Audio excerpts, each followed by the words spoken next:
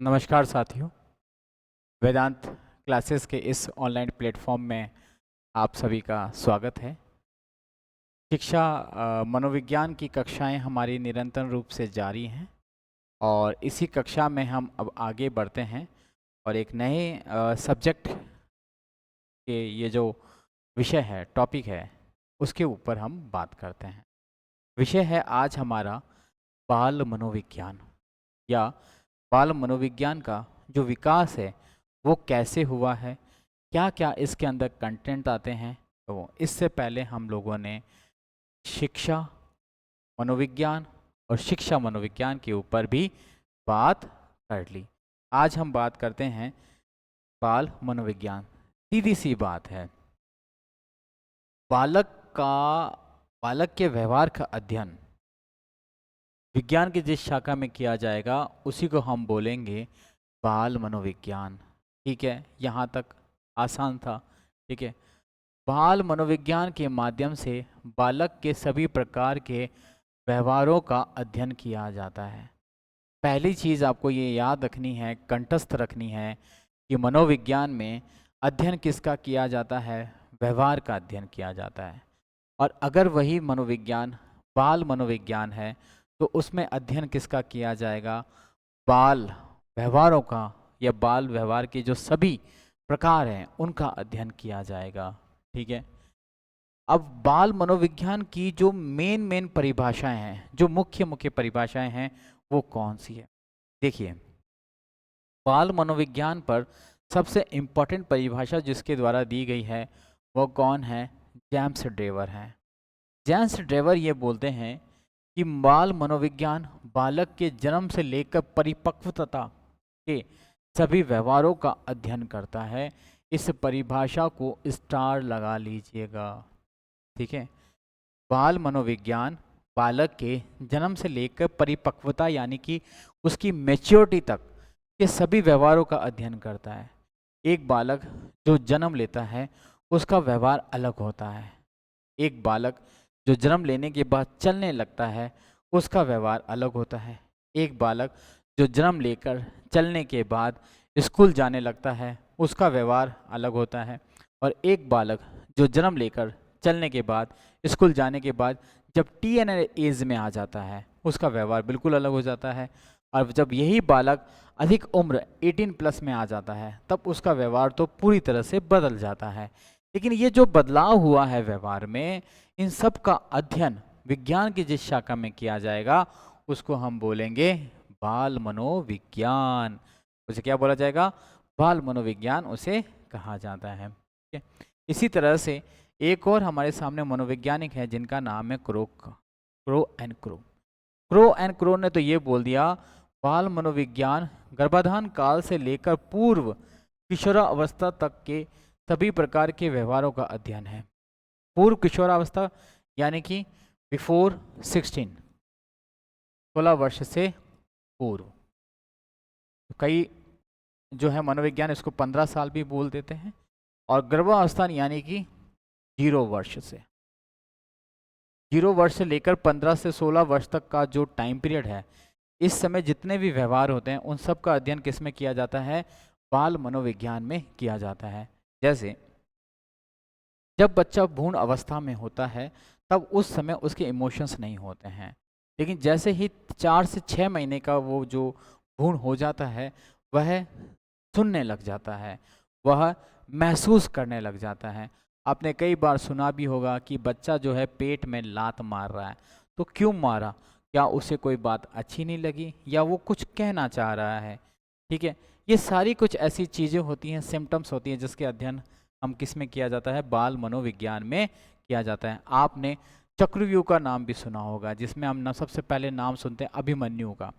अभिमन्यु जो है चक्रव्यूह को तोड़ के चला तो गया महाभारत के युद्ध में, परंतु वापस नहीं आ पाया। उसका कारण क्या था कि जब अभिमन्यु जो है द्रौपदी के गर्भ में था, ठीक है, सॉरी अर्जुन की पत्नी के गर्भ में था, है ना, तो उस समय उसने अर्जुन जो चीज़ सुना रहा था, जो पूरा उसको नियमावली सुना रहा था, उस समय उसने सुना, लेकिन आगे की बात सुनने से पहले उसकी जो माता है वो सो गई। और माता सोने के साथ ही उसका जो पेट में या जो गर्भ में जो बालक था वह भी विश्राम करने चला गया और सो गया। इसी वजह से जब उसने अभी वो चक्रव्यूह तोड़ने की बात बताई तो वह नहीं जान पाया, तो उसको चक्रव्यूह में अंदर जाना तो आता था लेकिन बाहर निकलना नहीं आता था। तो गर्भावस्था से लेकर पूर्व किशोरावस्था तक का जो व्यवहारों का अध्ययन है वो किस में किया जाता है? बाल मनोविज्ञान में किया जाता है। यह इम्पॉर्टेंट पॉइंट है, याद रखिएगा कि बाल मनोविज्ञान का जनक किसे माना जाता है? पेस्टोलॉजी को माना। जिस तरह से हम बोलते हैं मनोविज्ञान का अध्ययन कहाँ से शुरू होता है? दर्शन शास्त्र से शुरू होता है। मनोविज्ञान का पिता अरस्तु को माना जाता है। आधुनिक मनोविज्ञान में व्यवहार वाले मनोविज्ञान का पिता वाटसन को माना जाता है। इसी तरह से बाल मनोविज्ञान का अध्ययन या बाल मनोविज्ञान का पिता किसको माना जाता है? पेस्टोलॉजी को माना जाता है। पेस्टोलॉजी ने बाल विकास के आंदोलन का जनक जो है किसको बोला? स्टैनी हॉल को बोला। ठीक है, मीन्स ये कि जो चाइल्ड डेवलपमेंट से रिलेटेड मूवमेंट है, बाल विकास का जो आंदोलन है, उसको किसने उसका नेतृत्व किसने किया? स्टैनली हॉल ने किया। जबकि बाल मनोविज्ञान का प्रारंभ सबसे पहले किसने किया है? तो बाल मनोविज्ञान का प्रारंभ सबसे पहले पेस्टोलॉजी ने किया। इसका अध्ययन जो है 7वीं शताब्दी के आसपास जो है शुरू हो जाता है। ठीक है, अब बात करते हैं शिक्षा मनोविज्ञान एवं बाल मनोविज्ञान के अध्ययन क्षेत्र। ठीक है, इसमें किस किस चीज़ का अध्ययन हमको देखने को मिलता है? मीन्स ये कि बाल मनोविज्ञान या बाल शिक्षा मनोविज्ञान में हम किस किस चीज़ का अध्ययन करते हैं? देखो, किसका अध्ययन करते हैं? वंशक्रम एवं वातावरण। एक मनुष्य को यानी एक बालक को वंश क्रम कैसा मिलता है, इस पे भी उस बालक का व्यवहार निर्भर करता है, और उसको वातावरण कैसे मिलता है ये भी उस पर डिपेंड करता है। अगर एक छोटे बालक को आप अच्छा वातावरण देंगे तो वह बड़ा होकर अच्छा इंसान बन जाएगा, क्योंकि उसको वातावरण ही बहुत अच्छा मिल रहा है। ठीक है, मनोविज्ञान की अध्ययन विधियां बनाने के लिए, ठीक है, अभिवृद्धि विकास के अंदर, व्यक्तिगत वेद के अंदर, व्यक्तित्व के अंदर और बुद्धि के अंदर, ठीक है, इन सब का जो अध्ययन है वो किस में किया जा सकता है? शिक्षा मनोविज्ञान और बाल मनोविज्ञान में। जब हम बालक के व्यक्तिगत वेद की बात करेंगे तो हम इस्तेमाल करेंगे किसका? बाल मनोविज्ञान का। जब हम किसी परिपक्व मनुष्य के व्यक्तित्व का व्यक्तिगत भेद के बारे में बात करें, व्यक्तिगत विभिन्नता के बारे में बात करेंगे तो हम किसका इस्तेमाल करेंगे? शिक्षा मनोविज्ञान का बात करेंगे। इसी तरह से पर्सनैलिटीज़ है और अभिवृद्धि और विकास है, ये सारे के सारे जो क्षेत्र हैं शिक्षा मनोविज्ञान और बाल मनोविज्ञान से संबंधित हैं। मैं आपको एक पूरी सूची दे रहा हूँ कि शिक्षा मनोविज्ञान में किन किन क्षेत्रों या बाल मनोविज्ञान में किन किन अध्ययन क्षेत्रों का अध्ययन किया जाता है। जैसे अगला है अधिगम। अधिगम के बारे में आपको याद रखना है, अधिगम क्या है? अनवरत, है ना, अनवरत चलने वाली प्रक्रिया है। अनवरत चलने वाली प्रक्रिया, अनवरत चलने वाली क्या है भाई? प्रक्रिया है। ठीक है, और विशिष्ट बालक, विशिष्ट बालक से आशय क्या है? विशिष्ट योग्यताएं वाले। ठीक है, जैसे कुछ ऐसे व्यक्ति होते हैं, कुछ ऐसे बालक होते हैं जिन्हें प्रकृति ने ही सबसे अलग बनाया है, या तो वो सोच के अंदर सबसे अलग होते हैं या फिर अपने ही शारीरिक रूप से अलग होते हैं। ठीक है, अगला है अभिरुचि, अभिवृत्ति, अभिक्षमता। इन तीनों को हमेशा एक साथ रखने का मेन कारण यह होता है कि तीनों एक दूसरे से जुड़ी हुई होती हैं। अगर आपकी रुचि किसी विषय में अच्छी है तो डेफिनेटली आपके मस्तिष्क में या मन में हमेशा उसका विचार उपस्थित रहेगा, और अगर आपके अंदर किसी विषय को लेकर रुचि अच्छी है, उसका विचार मन में है, तो आप बार बार उसको प्रयास करके उसमें क्या हो सकते हैं? परीक्षित हो सकते हैं, यानी उसकी जो क्षमता है उसको आप धारण कर सकते हैं। तो ये तीनों शब्द एक साथ चलते हैं। सृजनात्मकता, क्रिएटिविटी, इसका मतलब ये होता है किसी भी चीज़ को एक यूनिक तरीके से, एक नवभावी तरीके से प्रस्तुत किया जाए, जिसमें या जिसका पहले कभी प्रस्तुतिकरण नहीं हुआ हो, उसी को बोला जाता है सृजनात्मकता। अगला है आदतें। मनुष्य की जो आदतें हैं उनका सबसे ज़्यादा अध्ययन जो है मनोविज्ञान ही हमें बताता है।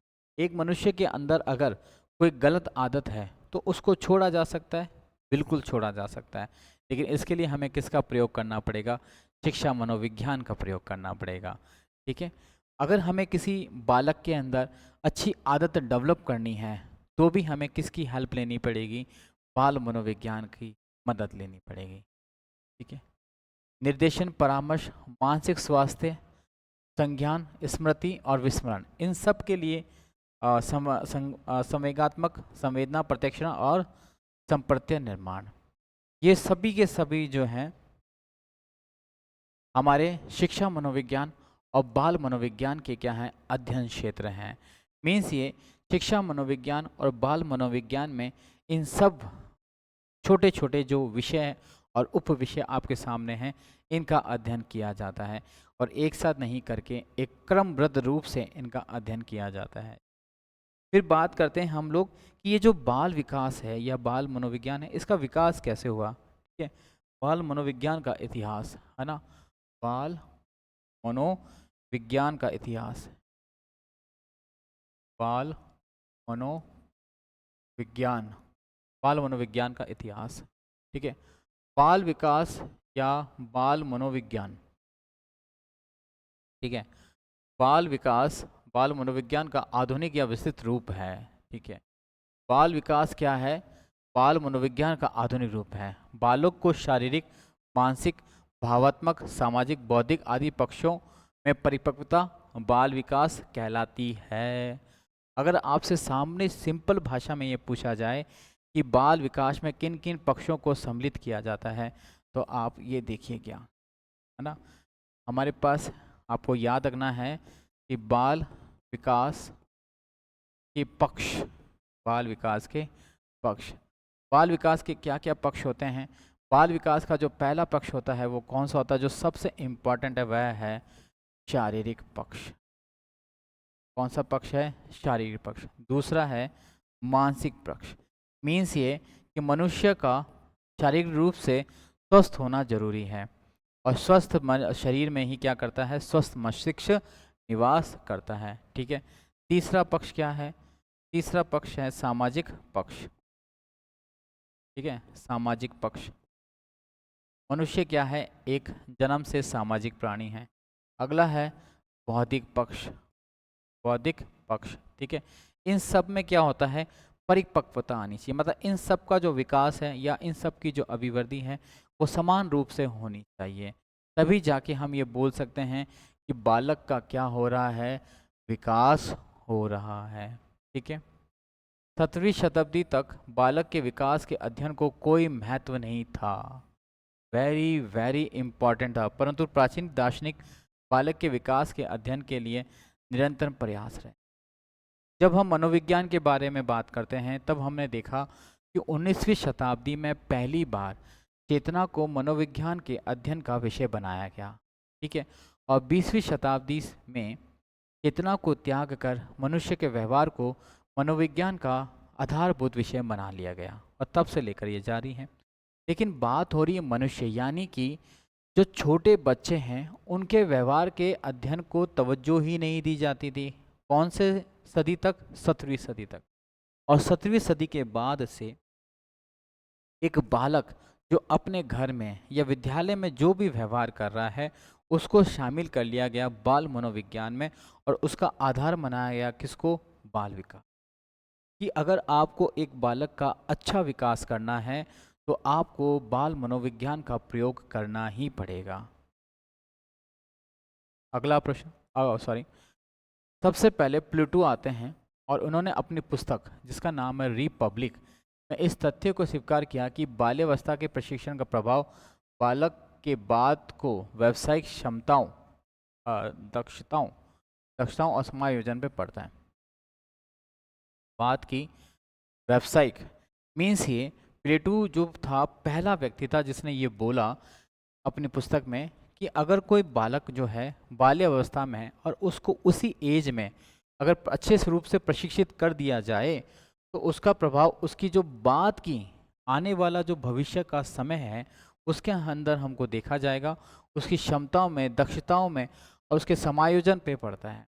अगर बाल अवस्था से ही हम बालक को एक अच्छा वातावरण दें, छोटी छोटी चुनौतियों से उसके मस्तिष्क का विकास कर दें, उसके जो है समायोजन की प्रवृत्ति को बढ़ा दें, तो जब वो बड़ा होगा, परिपक्व अवस्था में आएगा, तो वह आसानी से उसके साथ क्या कर लेगा, समायोजन स्थापित कर लेगा। बालक के विकास का प्रथम बार वैज्ञानिक विवरण 8वीं शताब्दी में पेस्ट्रोलॉजी ने प्रस्तुत किया। ठीक है, और इन्होंने इनके खुद के पुत्र जो 3.5 साल का था, उसके ऊपर उन्होंने एक बुक लिखी थी जिसका नाम था बेबी बायोग्राफी। ठीक है, और जर्मनी के चिकित्सक डॉक्टर टाइडमैन ने भी अपने बच्चों के मानसिक और शारीरिक विकास पर निरीक्षण का एक विवरण दिया था। देखिए, पूरी दुनिया में बच्चों का अध्ययन प्रारंभ किया जाना था, लेकिन एक्सपेरिमेंट के लिए, प्रयोग के लिए कोई भी अपने बालक को प्रयोगशाला में नहीं भेजना चाहता था। इसी समय पेस्ट्रोलॉजी आते हैं, जो अपना एक पुत्र है, बेटा है जो 3.5 साल का है, उसके ऊपर स्टडी करते हैं और उसकी स्टडी को बेबी बायोग्राफी के नाम से प्रस्तुत करते हैं, और उस 3.5 साल के बालक के व्यवहार को क्रमबद्ध रूप से सूचीबद्ध करते हैं और प्रस्तुतिकरण कर देते हैं कि भाई बालक के व्यवहार में परिवर्तन के कारण क्या है और उसका विकास किस स्तर पर कैसा किया जा सकता है। इन सब के बारे में उन्होंने विस्तार से इसके बारे में विवरण किया। इसी तरह से एक और व्यक्ति आते हैं, टाइडमैन, जिन्होंने भी अपने बच्चों के मानसिक और शारीरिक विकास का निरीक्षण करके हमारे सामने एक विवरण प्रस्तुत किया। अब यहाँ पे इम्पॉर्टेंट ये है कि बाल विकास के या बाल मनोविज्ञान के जनक कौन है? पेस्ट्रोलॉजी। ठीक है, ज्ञान के जनक, ये तो आपको याद हो गया। ठीक है, फिर बेबी बायोग्राफी जो पुस्तक है वो किसके द्वारा लिखी गई है? वो पेस्ट्रोलॉजी के द्वारा लिखी गई है। ठीक है, पेस्ट्रोलॉजी के अलावा कौन सा दूसरा व्यक्ति था जिसने अपने बच्चों के शारीरिक और मानसिक विकास का निरीक्षण करके एक विवरण प्रस्तुत किया? तो उसका नाम क्या है? Doctor Tide. ठीक है, यहाँ से भी आपको ये चीज़ें ध्यान रखनी है। फिर बात आती है 19वीं शताब्दी, और यहीं से हमारे लिए प्रश्न की शुरुआत हो जाती है कि बाल अध्ययन या बाल मनोविज्ञान की आंदोलन की शुरुआत कब से मानी जाती है? 19वीं शताब्दी से मानी जाती है। स्टैनली हॉल, जो इस बाल अध्ययन के आंदोलन के जनक माने जाते हैं, उन्होंने इसकी शुरुआत करी थी, और इन्होंने एक बाल अध्ययन समिति, चाइल्ड स्टडी सोसाइटी और बाल फेयर केयर संगठन जैसी संस्थाओं का गठन करके बाल विकास संबंधी अधिनियम में प्रश्नावली विधि का प्रयोग किया। देखिए, स्टैनली हॉल, जिन्हें बाल आंदोलन या बाल विकास आंदोलन के जनक माने जाते हैं, उन्होंने सबसे पहले बाल अध्ययन समिति की स्थापना करी, बाल वेलफेयर संगठन की स्थापना करी, और अधिनियम बाल अध्ययनों के अंदर प्रश्नावली विधि का प्रयोग किया। मीन्स ये पहला मनोवैज्ञानिक था, स्टैनली हॉल, जिसने बाल को, जो छोटे बालक होते हैं, उनके लिए एक छोटे छोटे प्रश्नों की एक जो है प्रश्नमाला तैयार करी, और उन प्रश्नों के आधार पर वह ये बताता था कि यह जो बालक है इसका व्यवहार कैसा है और आने वाले टाइम में कैसा हो सकता है। ठीक है, भारत में बाल विकास के अध्ययन की शुरुआत 1930 से मानी जाती है, यानी कि जब ब्रिटिश हमारे पास आ गए थे, तब से हमने भारत में बाल मनोविज्ञान की स्थापना करना शुरू कर दिया। इम्पॉर्टेंट लाइन है, ध्यान रखिएगा। ठीक है, अगली बार आती है बाल विकास की परिभाषाएं। इससे पहले हमने बाल मनोविज्ञान की परिभाषाएं पढ़ी, अब हम पढ़ रहे हैं बाल विकास की परिभाषाएं। देखिए, क्या है बाल विकास? सब लोगों ने अलग अलग चीज़ बताई। क्या इन सभी बातों को हम कुछ चुनिंदा लोगों की परिभाषाओं में देख सकते हैं? हाँ, देख सकते हैं। और इनमें जो सबसे पहला नाम हमको मिलता है, ये वही व्यक्ति है जिसने बाल मनोविज्ञान की परिभाषा दी थी। बाल मनोविज्ञान के अनुसार बालक के जन्म से लेकर परिपक्वता के व्यवहार का अध्ययन विज्ञान की जिस शाखा में किया जाए या मनोविज्ञान की जिस शाखा में किया जाए, वो बाल मनोविज्ञान है।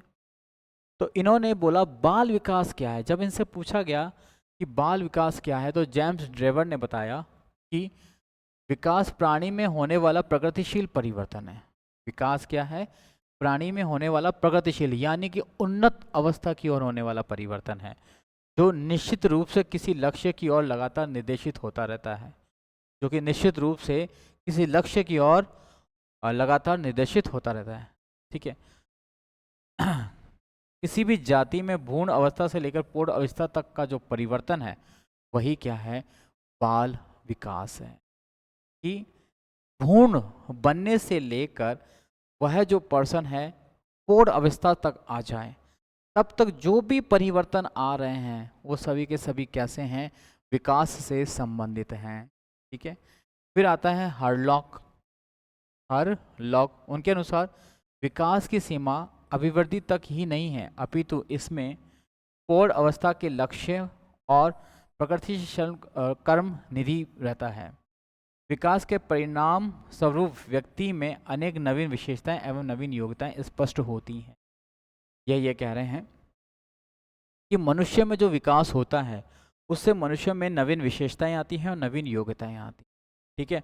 और विकास जो है प्रौढ़ अवस्था तक चलता है, अभिवृद्धि तक, अभिवृद्धि से या अभिवृद्धि की जो सीमा है उसका विकास से कोई लेना देना नहीं। मीन्स ये हरलॉक के अनुसार अभिवृद्धि क्या है? एक निश्चित समय सीमा तक होती है, परंतु विकास जो है ताउम्र चलता रहता है। जिस समय वो व्यक्ति भ्रूण अवस्था में आता है तब से लेकर उसके बुढ़ापे तक विकास होता रहेगा, और उसके बुढ़ापे तक उसमें क्या आती रहेंगी? नई नई विशेषताएं या नई नई योग्यताएं आती रहेंगी। कुछ सकारात्मक भी हो सकती हैं और कुछ नकारात्मक भी हो सकती हैं। क्रो एंड क्रो के अनुसार बाल विकास वह वैज्ञानिक अध्ययन है जिसमें गर्भावस्था से प्रारंभ से किशोरावस्था के प्रारंभ तक होने वाले विकास का अध्ययन किया जाता है। क्रो एंड क्रो ने क्या किया? इन्होंने बाल विकास की एक समय सीमा निर्धारित करी। जहां बाकी के मनोवैज्ञानिक विकास को प्रौढ़ अवस्था तक देख रहे हैं, वहीं हमारे क्रो एंड क्रो क्या करते हैं कि भ्रूण अवस्था के प्रारंभ से लेकर किशोर अवस्था तक का जो विकास है उस सब को हम किसके रूप में देखते हैं? बाल विकास के रूप में वो देखते हैं। वही ये बोलते हैं किशोर अवस्था आने तक कोई भी जो बालक है वो बालक के रूप में ही देखा जाए, और किशोर अवस्था आने के बाद हम उसको किशोर में रखें, बालक वाला जो स्टेज है उसमें हम उसको ना देखें। ठीक है। और इन परिभाषाओं से क्या निष्कर्ष निकलता है? निष्कर्ष ये निकलता है कि बाल विकास वह शाखा है जिसमें गर्भावस्था से लेकर प्रौढ़ता तक होने वाले विकास का अध्ययन किया जाता है। ठीक है। साधारण सी चीज़ है, मनोविज्ञान की वह शाखा जिसमें हम जन्म से लेकर या भ्रूण अवस्था से लेकर प्रौढ़ा अवस्था तक के उसके होने वाले विकास को अध्ययन में शामिल कर लेते हैं, उसी को हम बोल लेते हैं बाल विकास बोल लेते हैं। ठीक है। लेकिन इसमें परिपक्वता में आपको जो एज याद रखनी है वह कौन सी एज याद रखनी है? किशोरावस्था याद रख, मेच्योरिटी, किशोरावस्था। ठीक है। किशोरावस्था आपको याद रखनी है, ये चीज़ आपको यहाँ रखनी है। ठीक है। फिर बात करते हैं कि अगला है हमारे पास कि ऐसे कौन से कारक हैं जो बाल विकास को प्रभावित करते हैं। ठीक है। यहाँ आपको दिखना है कि बाल विकास को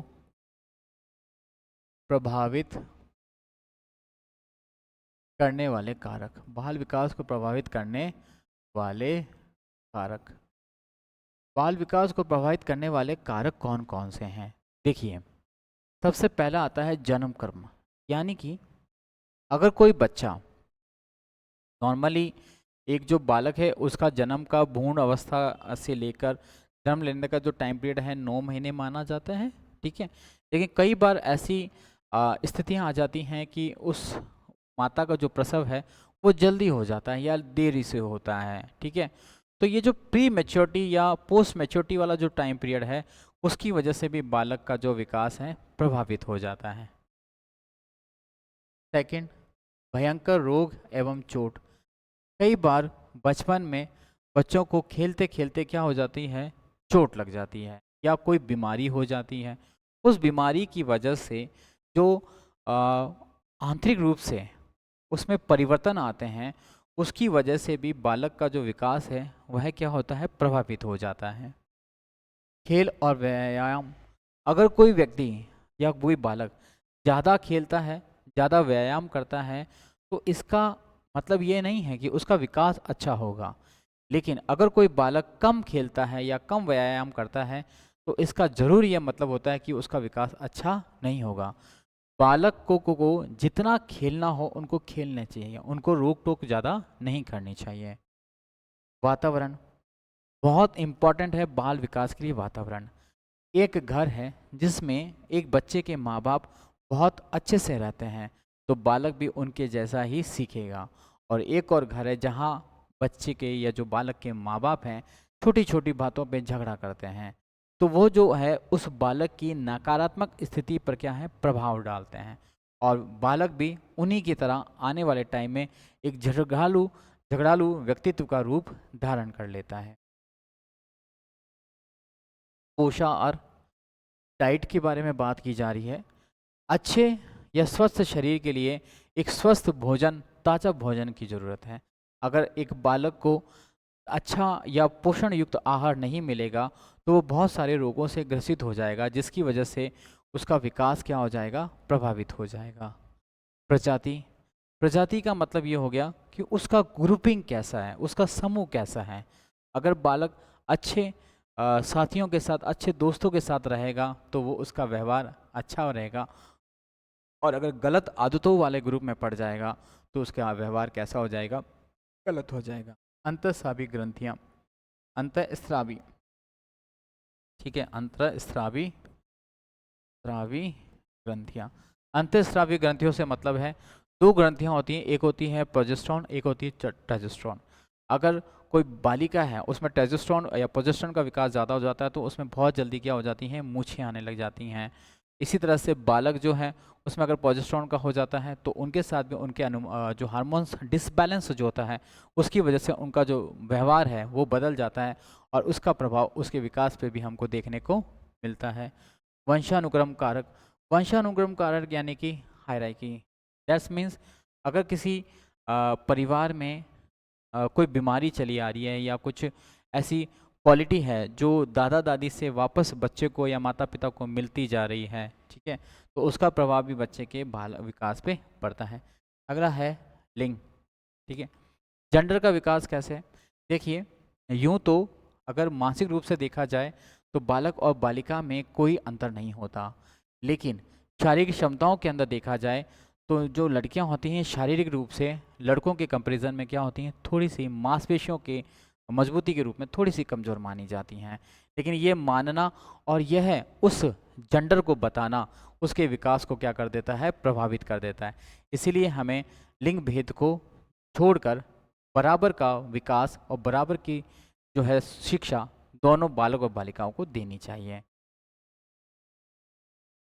ये हमारी संस्थान की एक हिंदी व्याकरण की पुस्तक है जो मार्केट में पब्लिश हो चुकी है। आप अगर विद्यार्थी हिंदी विषय की तैयारी करना चाहते हैं, कर रहे हैं, तो ये जो पुस्तक है आपके लिए रामबाण साबित होगी। आप इसको मस्त जो मार्केट से है परचेज़ कर सकते हैं, और आप इन दिए गए नंबरों से डायरेक्ट भी कांटेक्ट करके अपने घर पर होम डिलीवरी मंगवा सकते हैं। अगला है एक बाल जो है महिला एवं बाल अपराध की भी यह है बुक है जो मार्केट में है। ये एसआई और कांस्टेबल भर्ती के लिए उपयोगी है। आप चाहें तो इसे भी आप मंगवा सकते हैं या मार्केट से परचेस कर सकते हैं। ठीक है साथियों, चलिए बढ़िया। तो आज हम लोगों ने जो है हमारा एक बाल विकास, इन सब की चीज़ों के ऊपर हमने क्या कर ली, बात आराम से कर ली। अगली कक्षा में हम लोग नए टॉपिक के ऊपर बात करेंगे। ठीक है, तब तक के लिए थैंक यू फॉर वॉचिंग, धन्यवाद फॉर लिसनिंग यू।